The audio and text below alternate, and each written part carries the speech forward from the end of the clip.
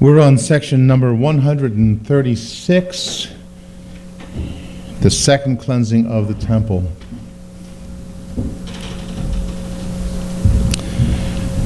And we've got some nice questions assigned to people today. Let's get a chance to try to see what insights we might gather from this. I believe I'm doing definitely the first question. Now, this is the second cleansing of the temple. As I mentioned, I think the last time, is that the people sometimes confuse the fact that there were two cleansings and they try to consolidate them together, but no, these are two separate cleansings. And I think that's an interesting thing. Christ, at the beginning of his ministry, cleansed the temple, and at the end of the ministry, he cleansed the temple also. So the first question, number 744, how did the Jews slip sin into the temple? And it's going to be based on Matthew 21, verse number 12. And Jesus went into the temple of God and cast out all them that sold and bought in the temple, and overthrew the tables of the money changers and the seats of them that sold doves.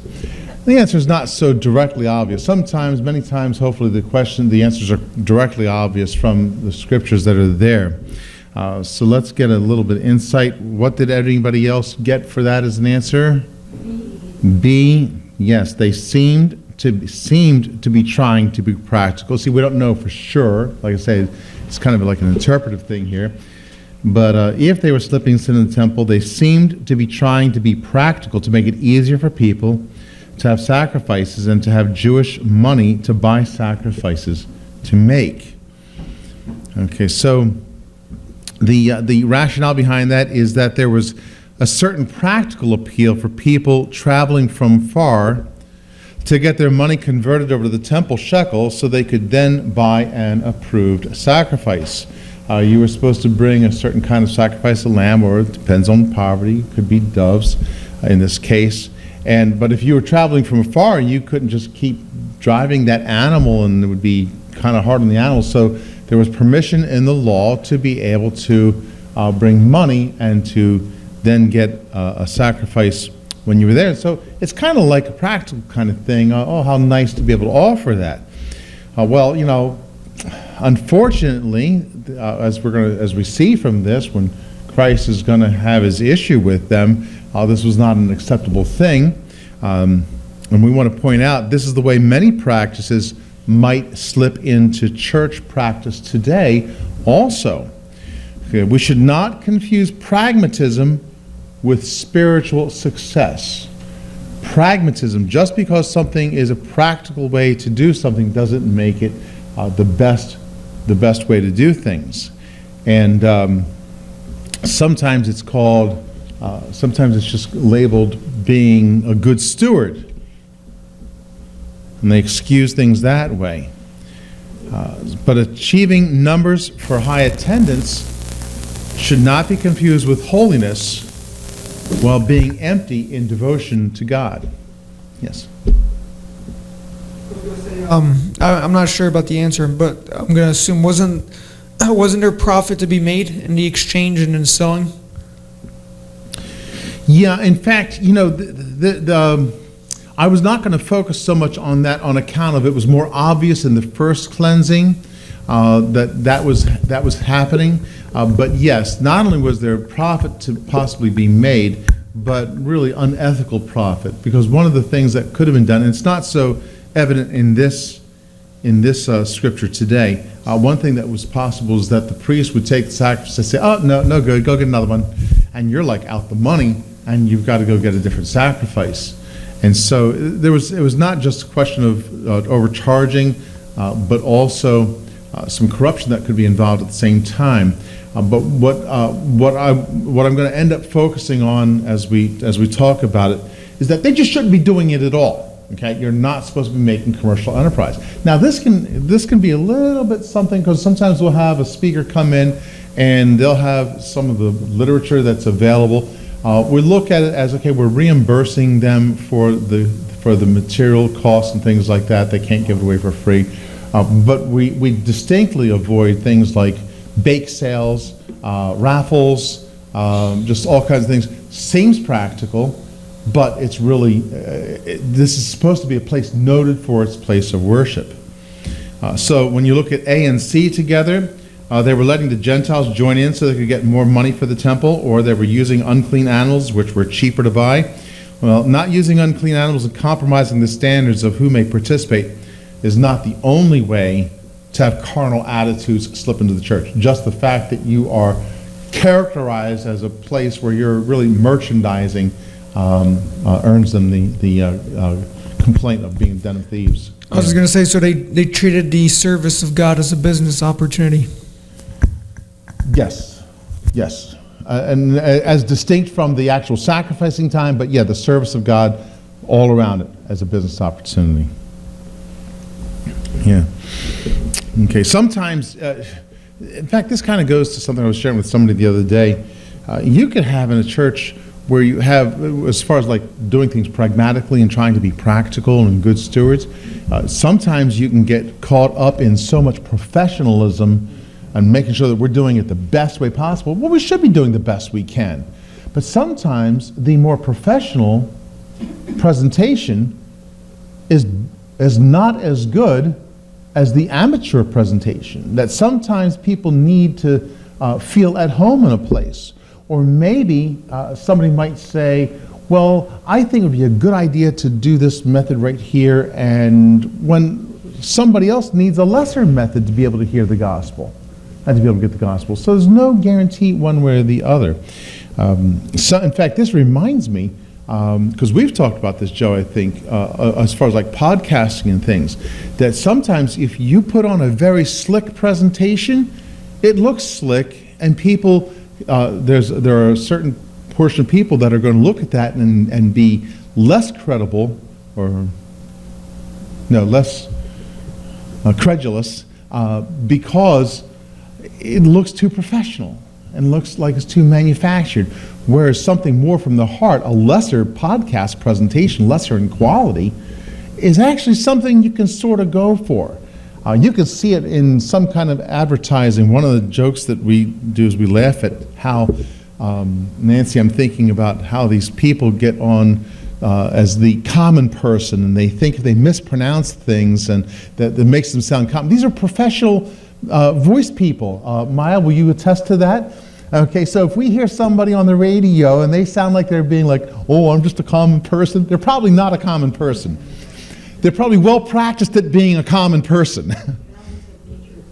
Balance of nature commercials. Yeah.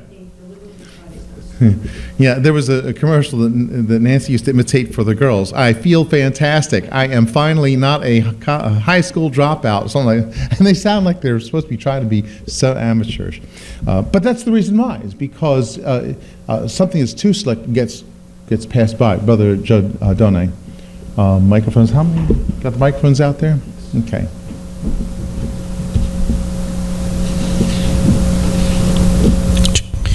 Yeah, I just wanted to say the danger always is that you are so concerned with form that you don't apply any substance.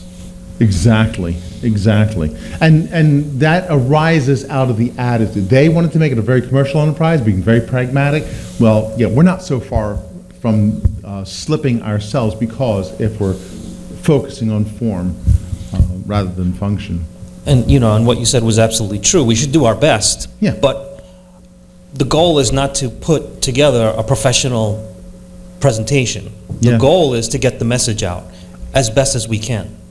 I remember one of the very well-produced television ministries. We'll spare them this criticism by not naming them, but I remember they would have like a men's and women's ensemble singing, and they were all dressed exactly, the boys were all dressed exactly the same, the girls all dressed exactly the same, and when the girls sang, the boys all of them, it looked like they were robots, and they all turned to look at them. And when the boys sang their solo parts, the girls would all, and it was all very well timed and really looked odd.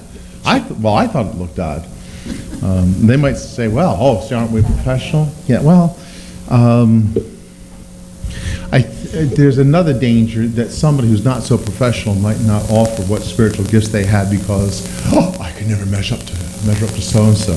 So we don't have any problem with singing that way here. If we have such problems. Everybody should feel free to sing out and all, make all, yeah, it's joyful to you. Yeah. Yeah, I was just going to say, I think that if you're in ministry and if you're going to have to err on the side of one or the other, you want to err on the side of the professionalism as opposed to the, the message itself, because the message is more important than the, the delivery. I mean, obviously, you don't want to just look like a bumbling fool either. I'm not suggesting that. Oh yeah, there's a point where somebody should not offer to stand up and sing. Okay. Right. No, I agree with that. But but at the same time, like you said, there, you get so caught up in the actual presentation that you forget, oh, there's a message here too, or at least there's supposed to be, and people are more worried about what camera 1 is looking like at this time, and camera 2, and switching here and switching there, and it's just like, well, we did everything right, but we forgot to get the gospel in. Yeah, like we have sufficient to keep us going for our online stuff, and that's why I don't worry too much more about it. It's like, well, okay, we'll get whatever, but after that, you put more into maintaining than you do actually the message itself at that point. Okay, question 745. How do we know that the temple practices were corrupted? And I'm going to base this on Mark 11:17. And he taught, saying unto them, is it not written, my house shall be called of all nations the house of prayer, but you've made it a den of thieves? If I'm not mistaken, Kathy, did you have some comments for us? Okay, can we put a microphone for Kathy so they can hear at home? Basil,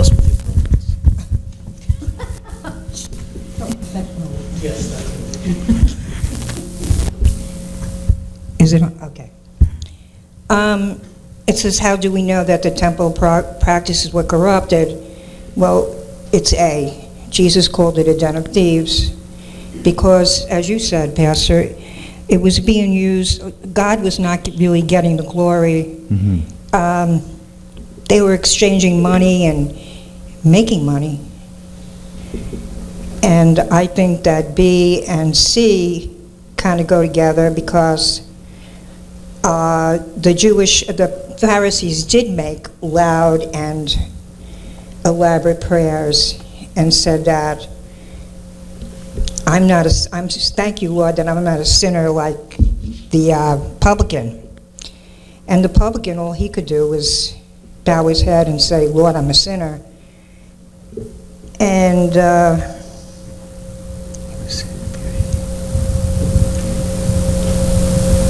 Jesus said in Luke 18:13 and 14 that the man was justified, the publican was more justified than the Pharisee who prayed to be seen by men. Yeah. Now, that's extremely good. And in fact, Jesus did complain about those who offered elaborate prayers, right? Okay. If you have elaborate prayers, that actually could be, not necessarily, but it could be a sign of corruption, since it could be making somebody look like they're being prideful. So that's how it could be a sign of corruption. It's possible for that. So these Jewish leaders, that's what they were known for, was those elaborate prayers. But how you pray, typically, I'll have with a good deal of regularity somebody newer coming into church and they're a little bit afraid to pray out loud or something like that. And some have said, well, I don't know quite how to pray. And I said, well, just pray, just talk. Have you ever noticed I don't pray long and elaborate prayers? Okay. There's a reason why I actually don't do that. I try to keep it to the point and short it because I'm trying to model that praying is not got to be something that's well rehearsed and all written out. I'm actually not opposed to having a prayer that's written out and to have some thought, but if you look like you're reading it, that's when there can be a problem. I think it can look funny. So that could add to a sense of corruption. But look at C. C is a little bit. Well, how can common people going there to worship? How could that make it look like corrupted practices? Well, by common people, I suppose if you mean like the average Joe, sorry, the average tone, I mean, no, if you make it look like the average person, we're not talking about common that way. We mean like the common person off the street, okay? The drug addict, the person who is kind of like low life, doesn't have manners, the person who's not washed, okay? I think that's what I wanted to try to get the idea of in here, that you could look like, well, you're just a bunch of, sinners here. I remember one guy, he was very upset because one of the kids, he had his offering envelope and it was sitting on the pew, and one of the Sunday school kids that we brought in from, without their parents, and they're not coming from the best of homes, picked up his offering envelope. They didn't take the envelope. And he was very upset with that, with the kind of people that would be here like this. It's like, well, yeah, we go for sinners, okay? We're trying to bring sinners in. Let me maybe remind us, ladies, don't leave your purses in the pew. Now, we don't have so much of a problem with visitors right now. We want that kind of problem with visitors coming in, but don't leave your purses in the pew, because you'll have somebody, we've seen some, on occasion, somebody going through the coats in the coat rack. And oh, what are you doing? Oh, I was just checking things out. Yeah, well, you're not supposed to be checking things out in people's pockets, so get out of there. But this is the risk you take, and so people might judge a church like, oh, it's not so socially acceptable, and it's not all the good people. I remember, especially preaching at, and it's nice to remember John Foglia. If everybody remembers John Foglia, John struggled with drugs. And he could be a pain in the neck to the family. But John also had gotten genuinely saved. He never did get to master the drug problem, but to the degree that he was sober, that's the degree to which he would be spiritual. He brought people in to be witnessed to. I love to tell the story, and most of you heard this, some of you haven't heard the story of John Foglia, but John brought in Eddie one time. Remember, I don't like to really talk while I'm working, so John was supposed to work with me. He brought Eddie with him, and I'm like, oh, John, you're hard enough to work with all by yourself, let alone having somebody else here. And he just said to me, Pastor, tell Eddie about whatever it was, the gospel or whatever. And I thought, well, I have to do that. I mean, I'd be put to shame if I didn't. And I just didn't even use my usual approach. I just said, Eddie, have you ever thought of what's going to happen to you when you die? He began waving his arms. That's all I think about. I can't go to sleep at night because I'm scared I'm going to die in my sleep. Well, Eddie prayed to get saved. Okay. Jackie, he brought Jackie in. Jackie prayed to get saved. She went to get baptized, and she asked, could I have permission to get baptized in this particular dress? And it was very modest. I said, yeah, sure, no problem. Well, the reason why Jackie wanted to get baptized in that dress is because she wanted to be buried in that dress. Okay, she was terminal with AIDS. Okay, and these are the kind of people that John brought. And so at his funeral, if you remember, I said, I told people, here's John's testimony. Here's what John did. There were a certain number of people that were surprised to find that out about him. So yeah, John could be a pain in the neck. Okay, but to the degree that John was sober, that's how spiritual he was. This is the side of John you didn't know. John would reach all those people that us good people wouldn't get to have any contact with. Okay, so it's like, well, you go out, and Jesus went out amongst the sinners, the common people, and he was accused of being a glutton and a wine bibber, and so, which I think is always a funny term, wine bibber. Comes from the word to imbibe, to drink, and so somebody might mistakenly think that the temple was corrupted because there are all kinds of common people there. They'll think that the church is like a bunch of hypocrites there. To which we say, what? Come on in. There's always room for one more, right? Exactly. Okay, but we know that it was corrupted because Jesus said so. He called it a den of thieves. Called it a den of thieves. Okay, let me see. Question 746. Yes, sir. Okay. No, I don't remember exactly who it was, but I believe it was from the either the 18th or 19th century, and I don't know if it was the Wesleys or somebody associated with the Wesleys, but they were reaching out to people on the street, and they were getting a lot of flack from the quote-unquote Anglican clergy and just the highbrow, so-called people, and they received the same kind of flack for that, going out to the streets and reaching people on the streets, the quote-unquote the down and outers. And I couldn't imagine being in a church and turning somebody away and saying, come back when you have a nice coat on, or come back when you take a shower, or come back when when whatever the case might be. I mean, that's not what we're supposed to be about. Yeah. I remember somebody foolishly comparing their church to People's Baptist Church, and they said, well, our church is more for like the white-collar worker, and your church is more for the blue-collar worker, to which I say, we got some great people in church too, and some very professional people, number one, but praise God if I was thought of as reaching out to the common people. We want to reach everybody. Okay.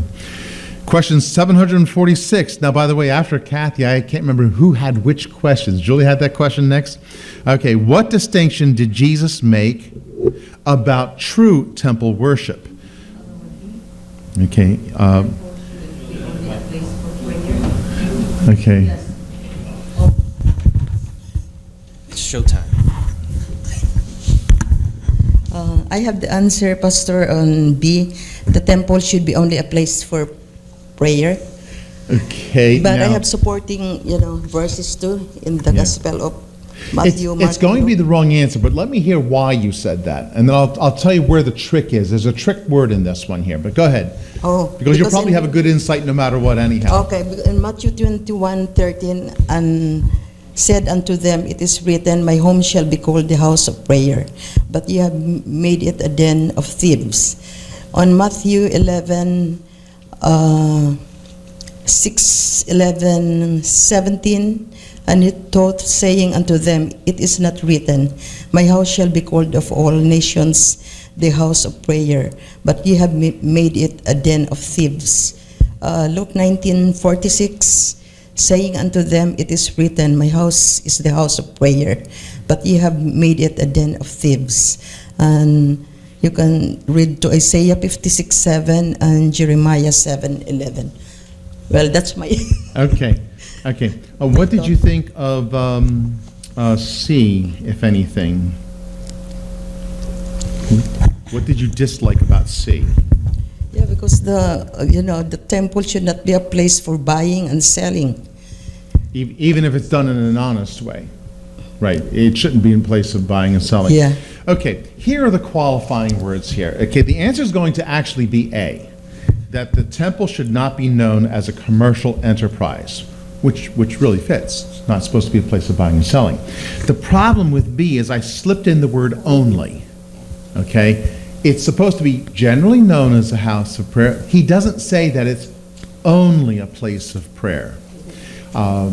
When you stop to think about our services, how we operate them, Sunday morning, it's really more of an evangelistic and also hopefully a soul strengthening time. But some places in history, it was just a study time that they had going on. I think it might be a little bit of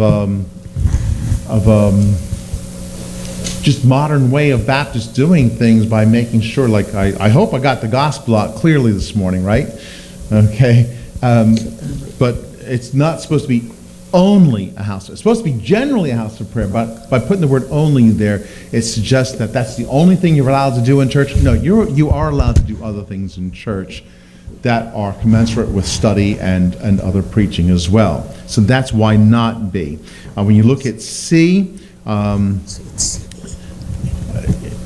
just by tacking on that you're doing it in an honest way doesn't make it any better.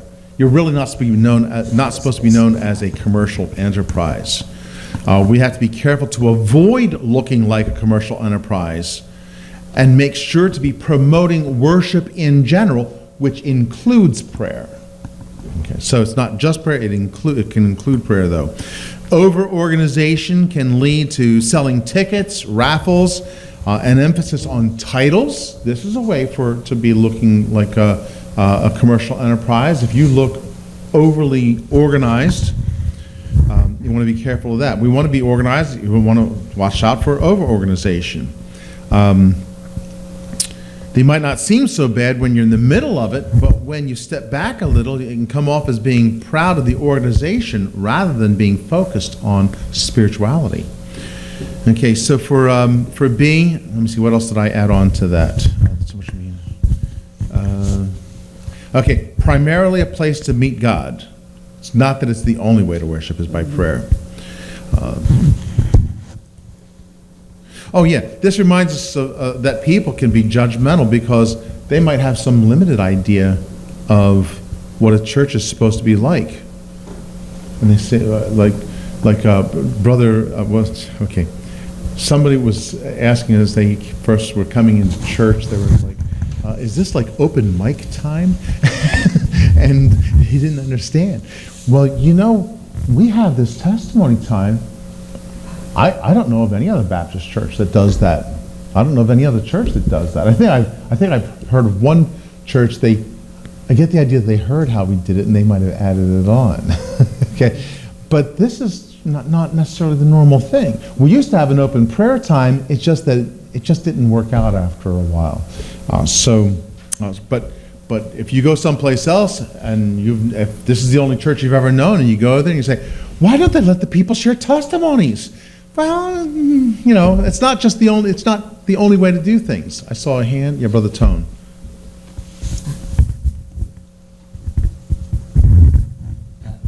Is it right to say that Jesus was making a clear distinction between worldly purposes versus spiritual purposes? Yeah, and worldly purposes in general versus spiritual purposes in general. A commercial enterprise is always for profit. Yeah. That's the worldly profit. It aggrandizes person rather than God. Seeking God's riches glorifies God and makes it a distinct trait of a believer to trust only in God for his needs. Yes. Yeah. Yeah, Miss Nora. Oops. Turn it on the bar. Okay. Where's this commentary? Yes. It says here that the temple was to give the outcasts an opportunity to enter the temple and learn from Israel about the true God. Yeah. But the presence of this religious market turned many sensitive Gentiles away from the witness of Israel. So instead, it was used as a mercenary business, not a missionary business. Yeah, that's really good. Yeah. That's and great. also, it says here, he mentioned that some historians tell us that the leader or the manager of the enterprise was a high priest. He would be a high priest. That would be the manager of it all. Yes. Yeah. So, and assisted by his sons. So, you know, the temple was not used properly. It was used like for commercial purposes. It became a religious market. Yeah, and having become a religious market would go to the point of another reason why they would be concerned about Jesus upsetting things, because it was not just upsetting their spiritual power, their power of the people, but also their financial world. And I think that's a lesser issue. They were a mess spiritually, but I think that would probably be going in along with that. Okay. Okay. Question number 747. Is that the one that's next?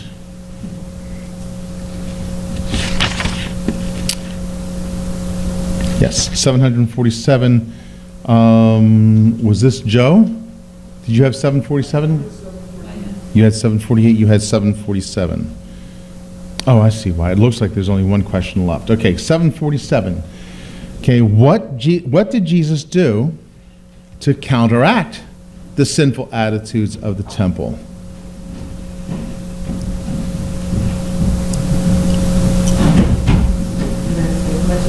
The options that we had. Oh, wait, it's not, is it on?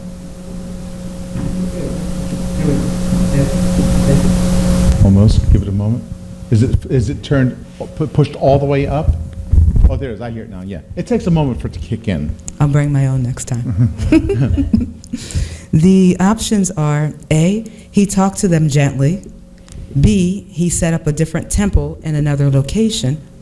And C, he taught them daily. The answer is he taught them daily, which is option C. But before we talk about how he taught them daily, it's easier, like you said, Pastor, to tell why it's not the other options. Right. It's not B, he set up a different temple in another location, because Jesus did not set up another location for their out-of-control ways.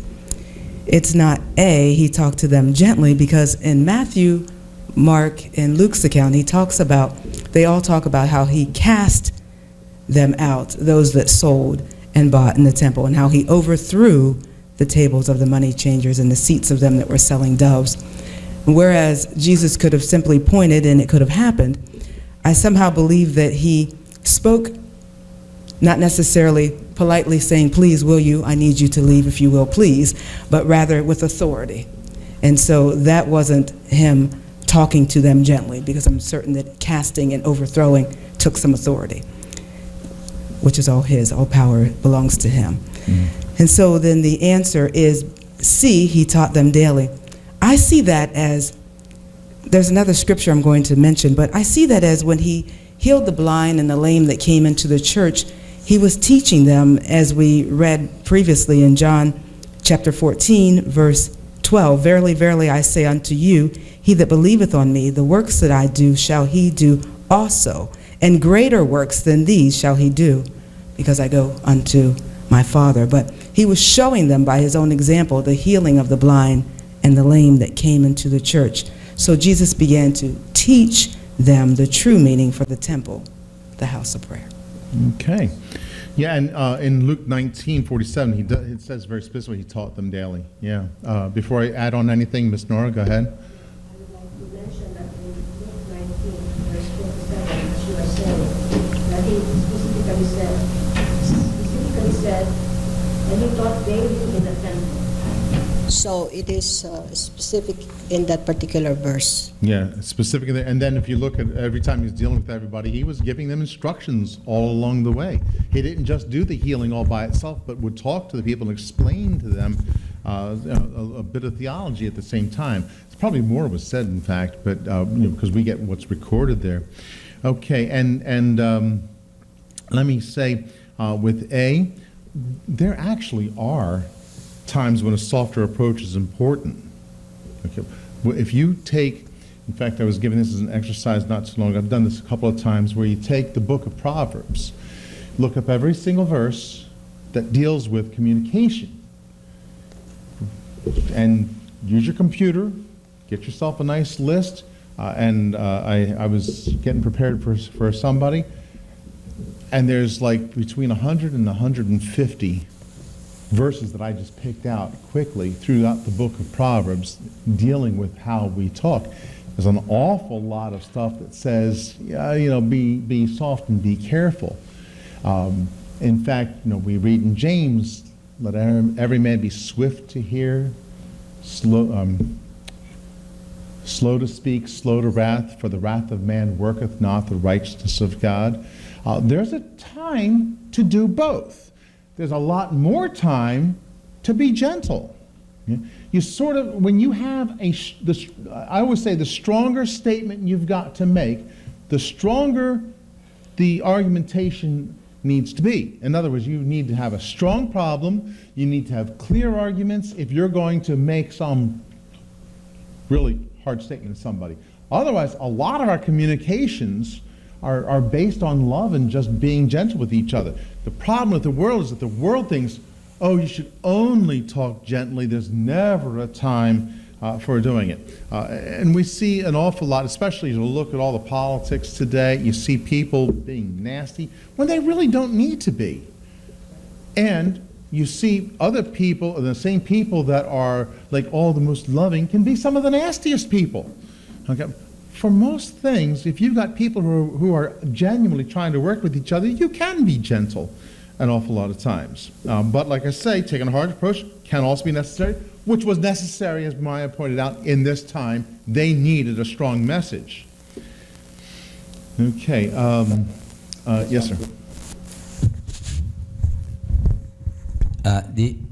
Jesus makes use of different strategies to communicate a particular image and a message. And when it calls for gentleness, as when he assures the woman that touched the hem of his robe, he gave assuring words that her faith did indeed heal her.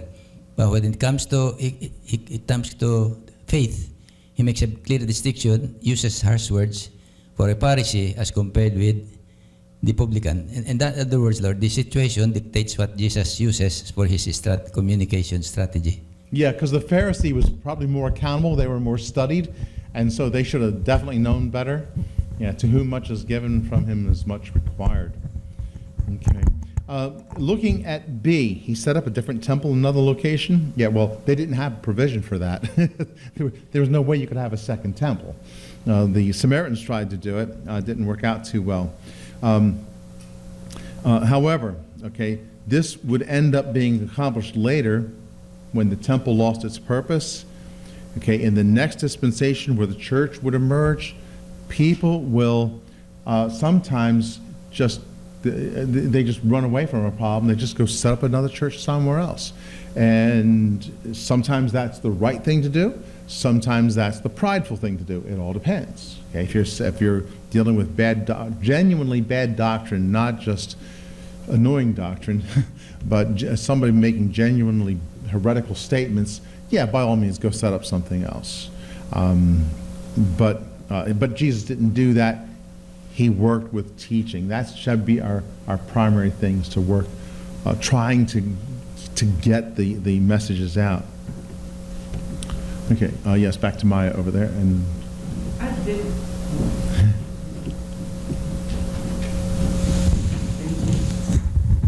I did come out of a church. I guess I'll keep details simple.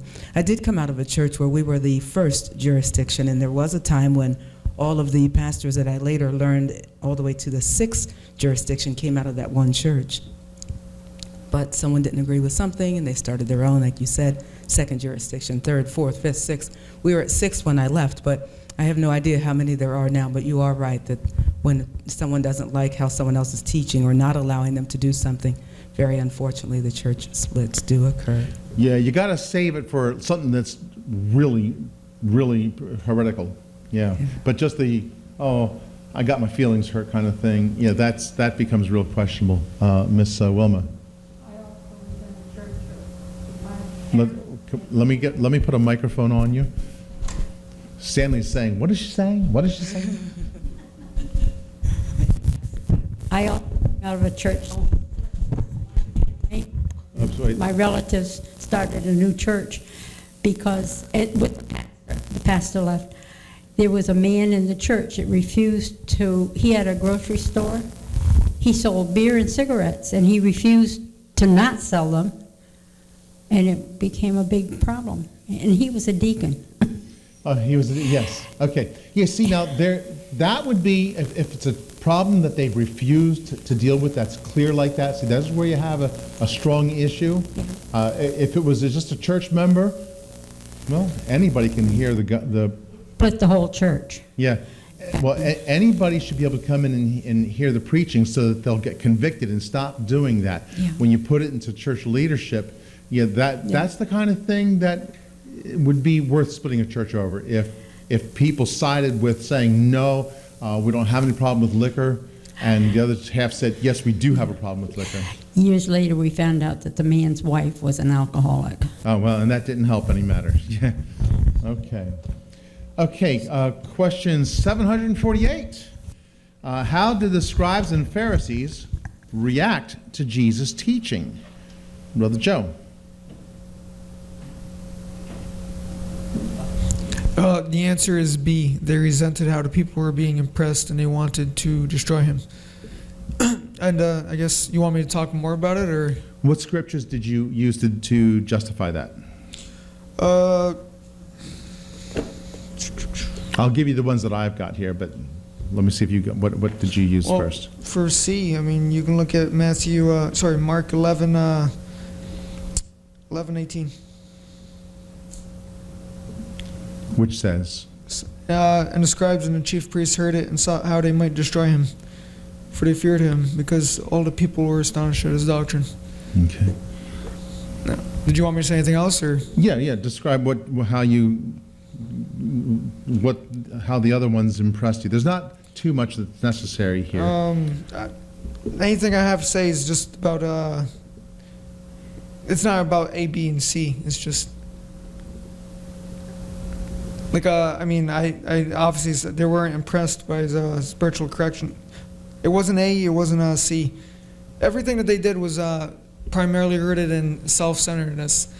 And they were used to just being praised and looked highly upon, and then Jesus Christ shows up, and all of a sudden now they're just insignificant in the people's eyes, and in their own eyes too.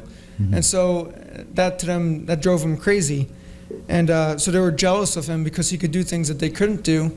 And they tried to put restrictions on him multiple times. Like they tried to say, oh yeah, well look, your disciples don't wash their hands, correct them for this. Or, hey, the people look what they're saying about you. Stop them from saying that about you. Or, hey, you can't heal on the Sabbath or whatever. They tried to have some control over him, but every time they tried to trip him up in his words. They tried to do anything they could to discredit him, but it wouldn't work. And then, so at the end, they just decided, okay, how are we going to kill this guy? Because other than the jealousy, there was also the idea in their head too. So other than the fact that he had disrupted them and displaced them, in their head that the Roman Empire might do something about this because he was gaining in popularity, and just like the Maccabean revolt, which was not too long ago. So they thought to themselves that they might lose their position even to the Roman Empire. And so the thing is this: they should have been happy at the appearance of the Messiah. They should have, if they were truly trying to serve God, if it wasn't about them, then they would be happy that the Messiah had showed up. But instead, it was all about them. And so they thought, how can we destroy this guy? How can we stop him? And for example, look at what did Saul do when David showed up? At one point, he had already met him because he came to play music to calm him down when he was at the point that God had rejected him. But when he came to him to play the music, at that point, he was already anointed by Samuel to be the next the king. And he's sitting there playing music for him. He doesn't take note of him until after Goliath. After he takes down Goliath, then he starts to pay attention to him. And then afterwards, the people start praising him, and he starts realizing, oh, this guy is going to replace me. How can I destroy him? How can I kill him? Or look at even Solomon. What did Solomon do when he heard, I think it was from Ahijah, the prophecy that Jeroboam was going to take most of the kingdom? He tried to kill Jeroboam, and Jeroboam had to go into Egypt until he was dead. Or look at what Cain did to his brother Abel. So, yeah, that's it. Okay. They should have been happy about the new king, but it kind of reminds me how that you can end up sometimes with church rivalries, where it's like, well, I want people to go to my church. Okay, that church over there is not as good as ours. They should come here. We should be happy for spiritual things going on. We should be happy for other churches that are doing things. Sometimes, in fact, this is where the real test can come in. What if that church, let's say they have some doctrinal issues, okay, but they're preaching the gospel, and somebody can hear the gospel and get saved in that church. Instead of resenting that ministry, be happy that some souls are getting saved.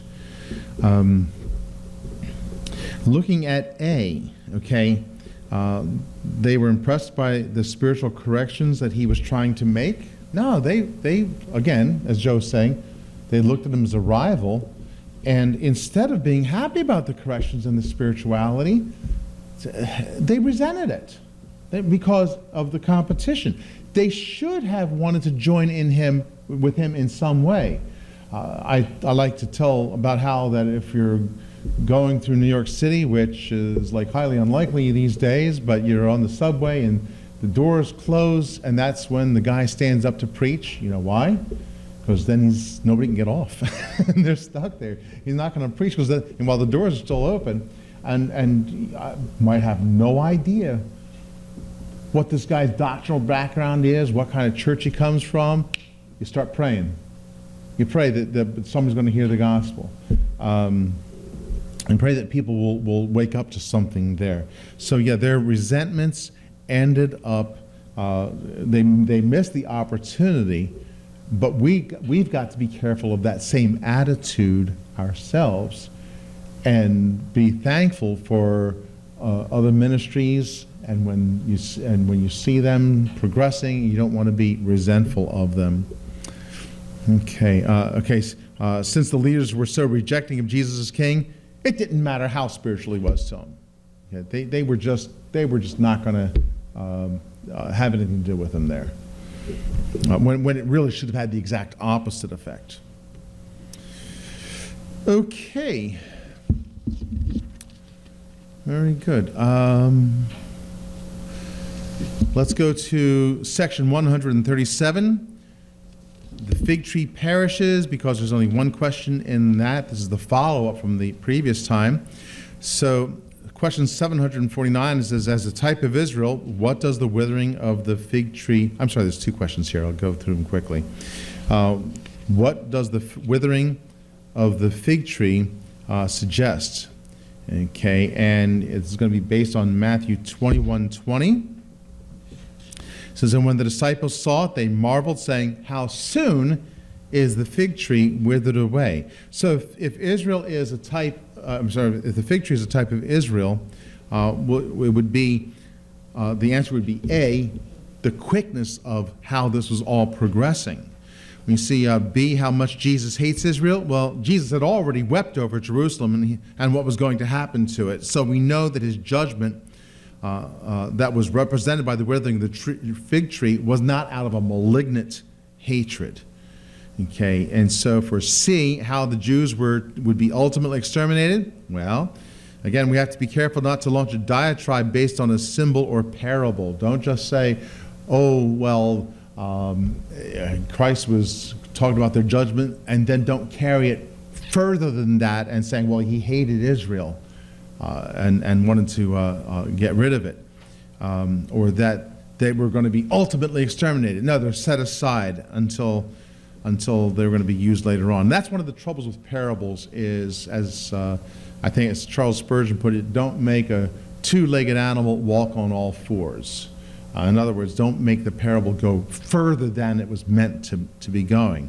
The timing of the tree spoke of how quickly the judgment can come and what was coming on Israel. It was coming fast.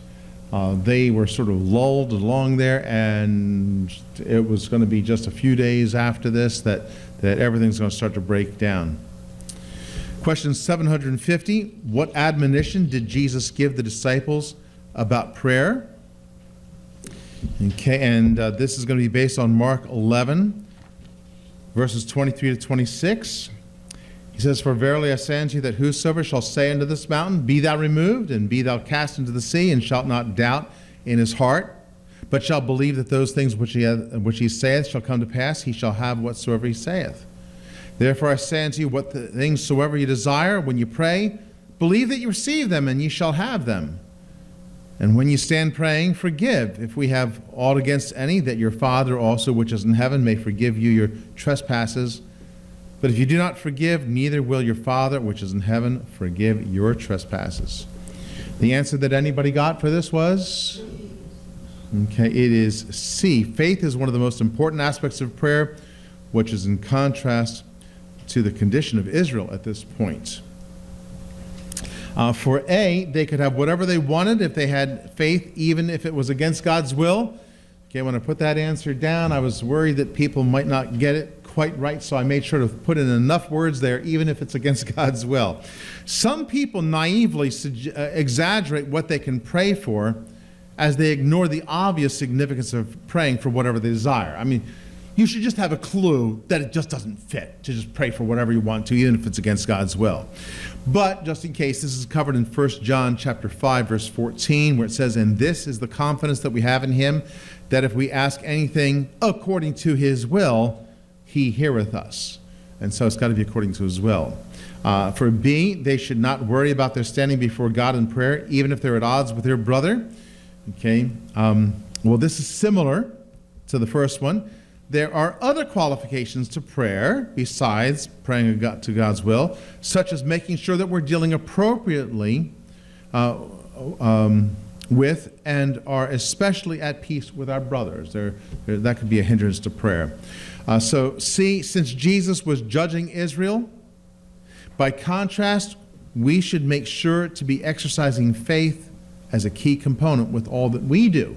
They did not. We need to make sure that we do. We might not understand completely what God is doing all the time, but as we learn to see through the eyes of faith, we can see often the sophisticated ways in which God brings things together sometimes. And you just look and see how truly all things work together for the good.